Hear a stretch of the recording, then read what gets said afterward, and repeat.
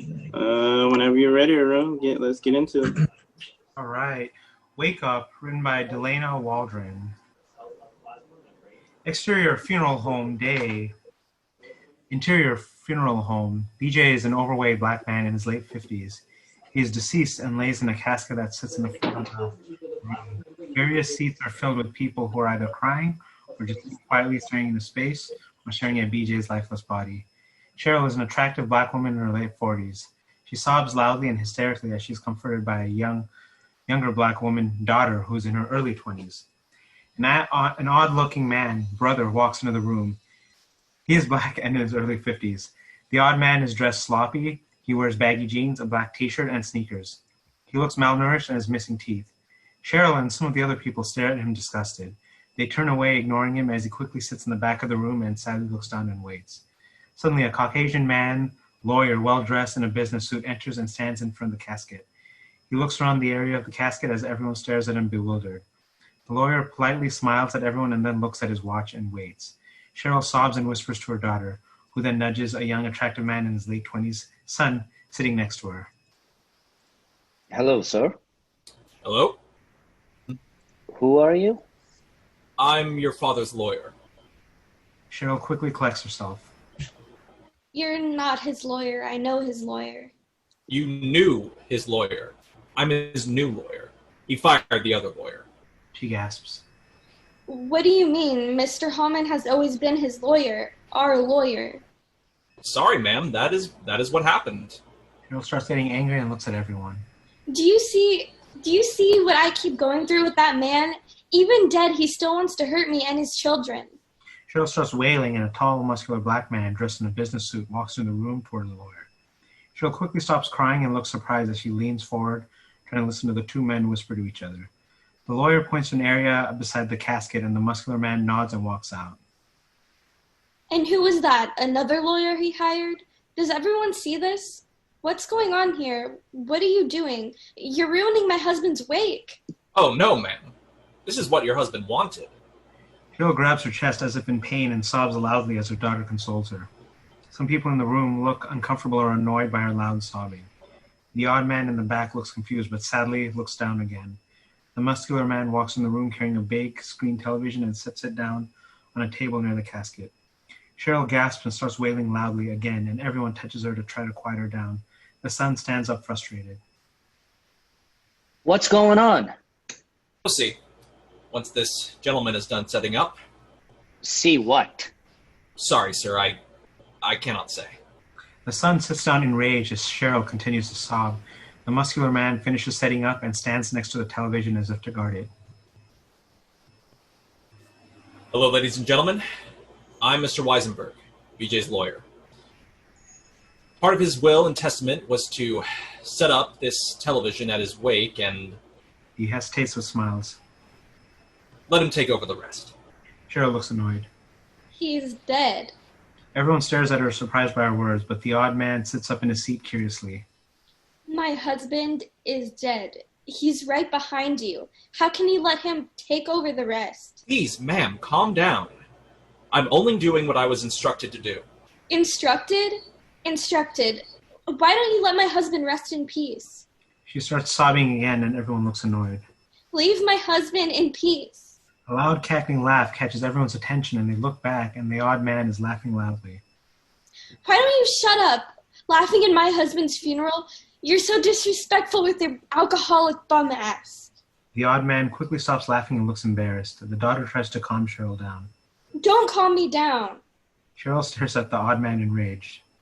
Shouldn't you be passed out on a dark, dirty corner somewhere? The odd man sits back quietly and stares at the floor. I demand to know what's going on at my dead husband's wake. The lawyer points at the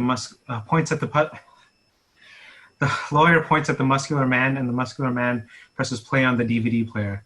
The screen is blank, but very sad music plays loudly. The odd man sadly stares at the screen. Suddenly, a picture of BJ smiling appears on the screen, and the sad music continues to play. Cheryl sobs and then stops and then sobs again, and she continues as everyone stares at her, annoyed and uncomfortable. Suddenly, loud party music starts to play, and Cheryl is startled as BJ appears on the screen smiling. Hello, everyone. If you're watching this, then that means I'm dead. She sobs. or I call it resurrected. Hallelujah. BJ laughs and Cheryl collects herself. You left me alone. The daughter tries to calm Cheryl down as BJ looks annoyed. Don't tell me she's crying. Everyone smirks as Cheryl looks embarrassed and then angry. BJ puts his hands to his eyes and imitates a baby. Well. Always crying about fucking bullshit. She looks stunned. What you crying about? Cheryl, what you crying about? BJ looks at his watch. What? She looks at everyone who's staring back at her, waiting for a response. I No one cares. Oh, old woman, you are in for a treat, because I'm going to give you something to cry about.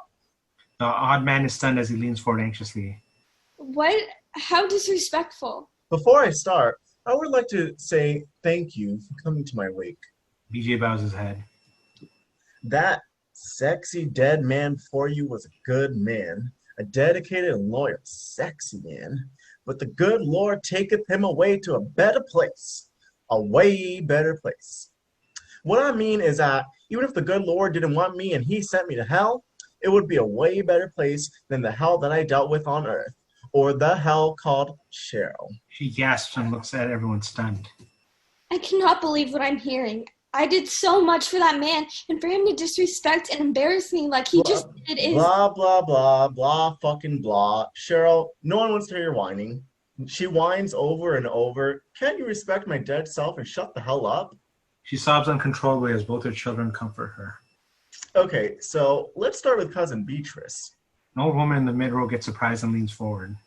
Did Beatrice come? Where's Beatrice? Beatrice hesitantly raises her hand.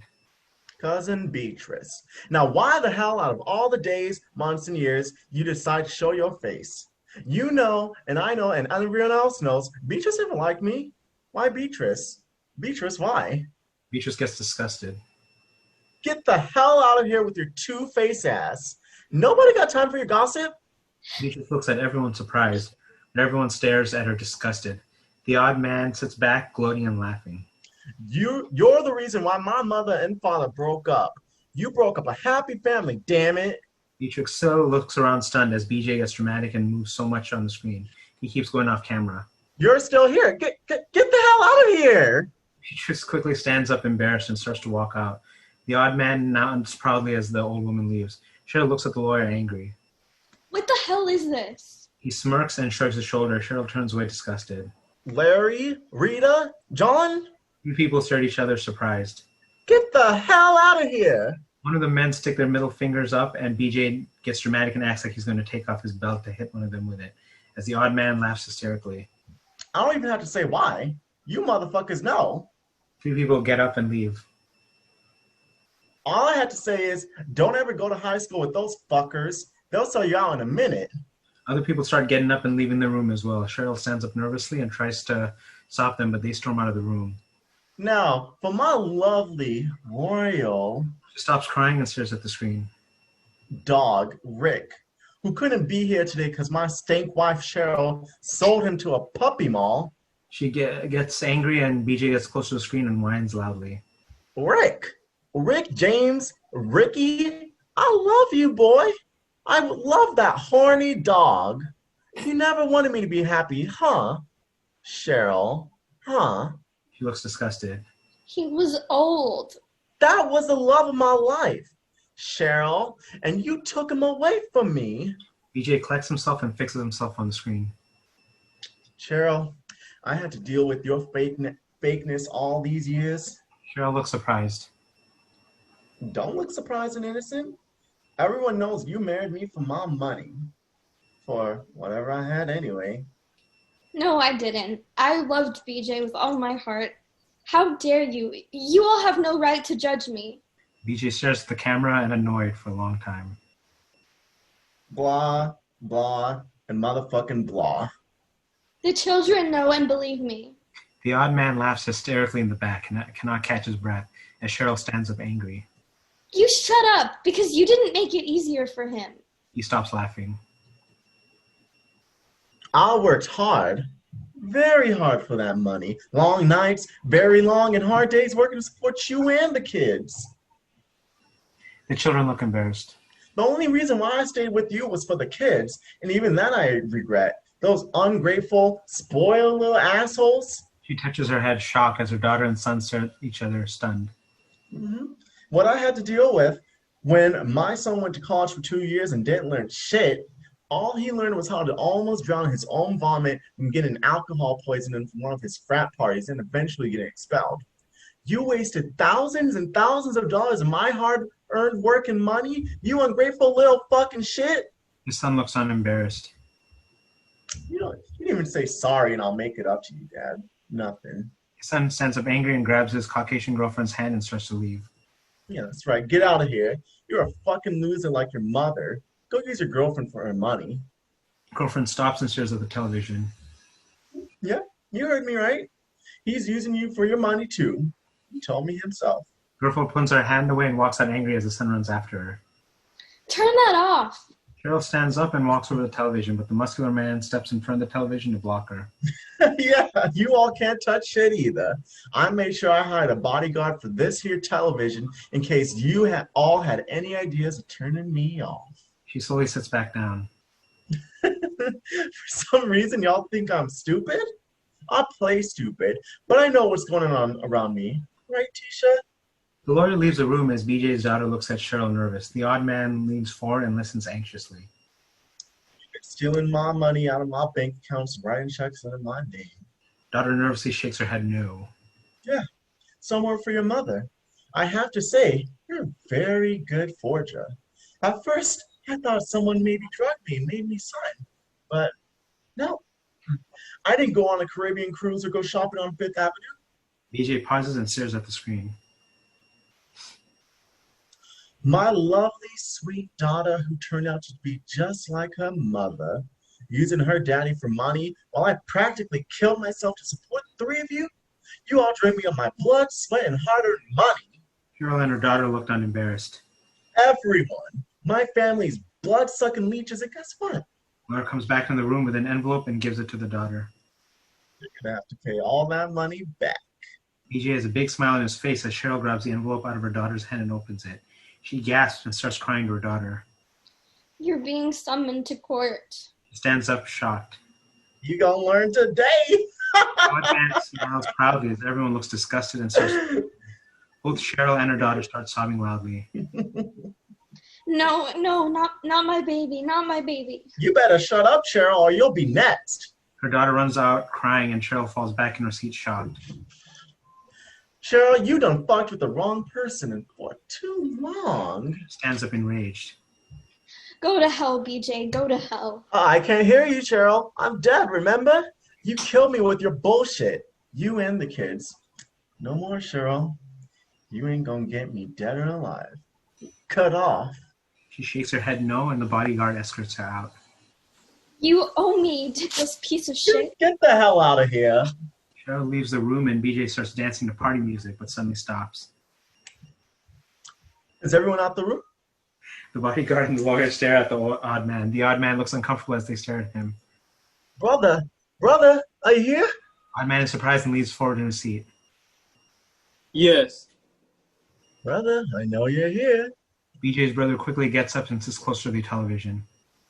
Greg, I'm sorry I haven't been there for you like I should have. BJ starts to tear on screen. No, don't worry about me. You've always said, don't worry about you, but I never stopped worrying about you, especially when Mama passed away. The brother sadly stares at the screen. I was sidetracked by my heartless family when I should have been there for my real family. His brother stares at the television crying. It's okay. Greg, it was not okay to let you get worse with the drinking. You was bad before, but you got worse when Mama passed, and I should have stuck by you, and I'm sorry. BJ's brother continuously nods and cries. Brother, you have to do me a favor. Anything. Get clean. He cries. Get clean for not just me, but for Mama. And for you. Will you promise me that? Yes, yes, BJ, I will. I promise. Brother, you will see this well-dressed gentleman to my right. His brother stares at the lawyer and nods. He's gonna make sure you get clean, and as soon as you get clean, you can get all my money. His brother is shocked and stares at the lawyer, and the lawyer smiles. So, Greg, don't worry about me.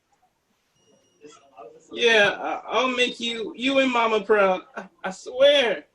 BJ's brother sobs and looks down at the ground. Don't worry about me, Greg. Party music starts playing, and BJ starts to dance. Hopefully, I'm in heaven. There's a bottle of champagne on screen. Popping bottles and Half-naked stripper appears on the screen, dancing on BJ. making it rain. Stripper bounces BJ's head off her butt as BJ talks. Hey! Running into the room, surprising everyone, and tries to attack the television. The bodyguard grabs Cheryl and carries her out of the room, kicking and screaming as the party music continues to play, and BJ's laughter could be heard. That was good. All right, guys. Wow. You did good, Yeah. Justin. Very good. Yeah, really good, man. Thank you. That was awesome. Good job, Justin. Thank you. You was all into it. I love it. I was. Good job, I man. know. You guys all did great, man. He was all into it. Yeah, can we get more scripts like this one? This was a really good This was funny. This was a good script. Yeah. It starts off all I felt sad. the same exact thing when I was reading through it. I'm like, that's it? This is where it ends? It's Yeah. gotta go more. Right?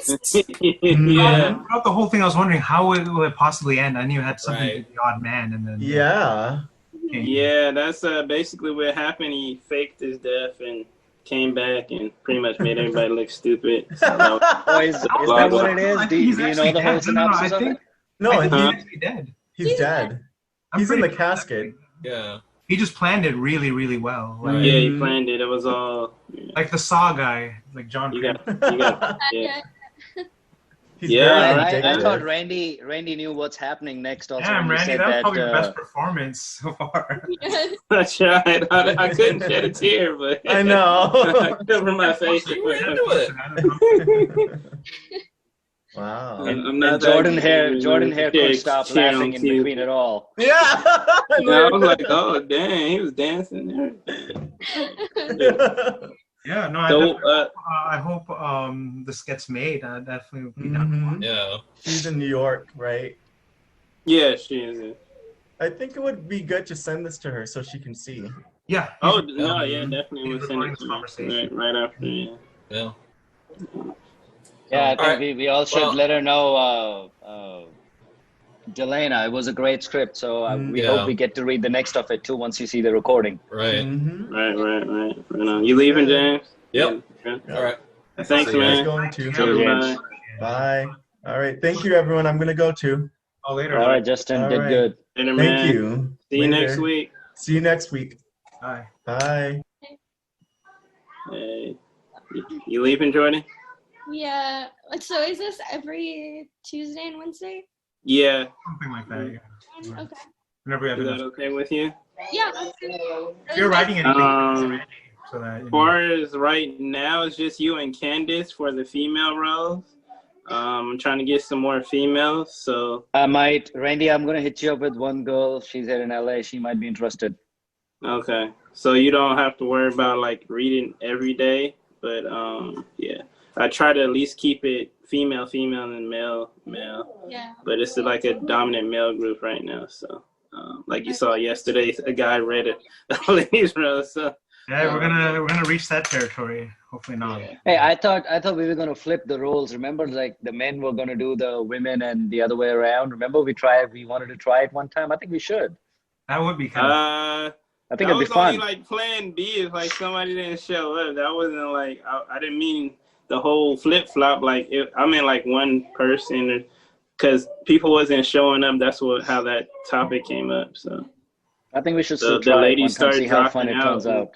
and then we was joking around like, well, one of the guys is gonna have to speak for the lady. Well, I did one time. I remember that in the beginning when we started this. I remember one time I did a female. Yeah, Nice. I'm Right. the goal is not to do that, Not here. I know. but True. only if I have to. So Yeah. All right, Jordan. See you next week. Bye, guys. All right, good seeing you, Jordan. Welcome back. Bye. Good job today. All right, guys. Yeah, man, that was a cool script. Real short, you know, it's cute. Any any other thoughts? Everybody left. You guys didn't want to say something to the writer? Yeah, no, I just wanted to say, no, it's a really good script, and I hope you film it if the writer's watching this. I hope you film this. I hope you cast this like properly, because I think that's where your magic is, the character. So if you cast it appropriately, I think you have a good film on your hands. Yep. Cast Justin as BJ if you can. Oh, but he's in That was dope. Yeah, I was sipping on that coffee. I see. All right, yeah. I mean, if you got somebody Rohit, yeah, just send it to me, and yeah. I think. Yeah, I talked to her. She Ryan said she's open so far. But she's still in the process of looking for a job, so I don't know how long she'll last. But so far, she's open. Priority is right. Take care of it first, yeah. Cool, She's. cool. I think she told me she's a Everybody- single mother with twins. So Ooh. I don't know. Oh. Okay, everybody's looking for work now, especially now stuff's starting to open up and they're really on the hunt for looking for work. So. I was all excited about it until I heard on the news today that the numbers are skyrocketing again, and now of course everybody's worrying about with the autumn coming in, with the winters coming in. Oh, they figured this time it would kind of pick back up and be all crazy again. But UK got already hit. Remember? I mean, there's been a chaos in UK right now. Oh, the numbers spiking up. Yeah.